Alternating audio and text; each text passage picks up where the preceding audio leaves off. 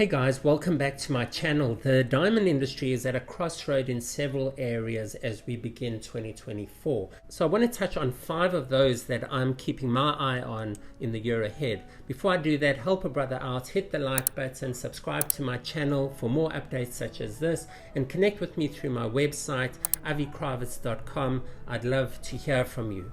So where else to start but with this bombshell edict by the G7 countries that took effect on January 1st, banning the import of diamonds directly from Russia to those G7 countries.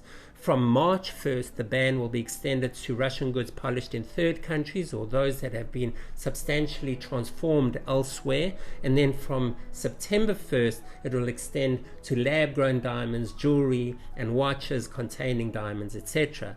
Now, how will they prove that the diamond is not from Russia? Well, the plan is through a traceability or blockchain system, which will centralize the registration of goods onto the system in Belgium. The system will be implemented in a pilot phase from March 1st and then fully adopted from September 1st.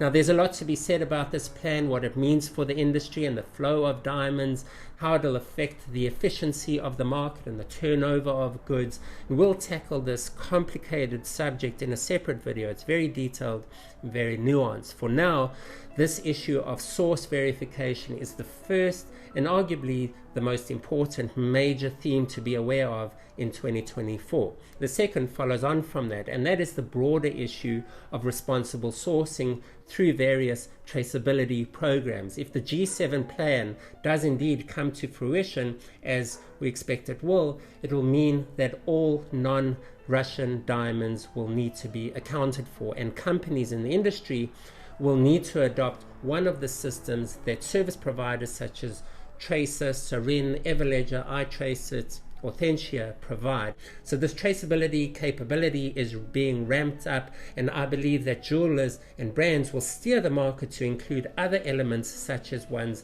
sustainability credentials. So the whole traceability process is going to mature and evolve throughout the year.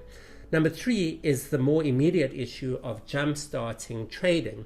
After 2023 saw the diamond market decline amid an oversupply and a slump in demand, ending with a freeze on rough purchases and a holiday season, which all helped the midstream reduce those bloated inventory levels. The big question now is, to what extent will retail jewelers need to replenish inventory after the holiday season and thus stimulate trading and activity across the rest of the industry?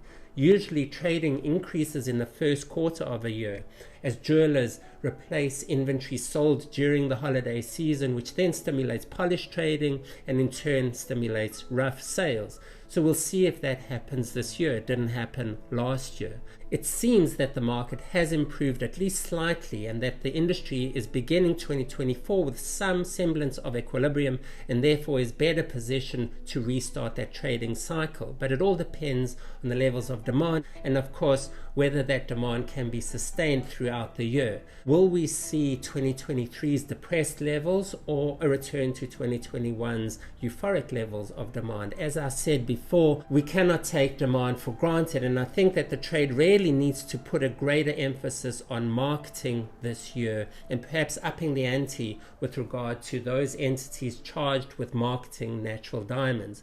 A major part of that discussion must be China, our 4th theme that I'm eyeing in 2024.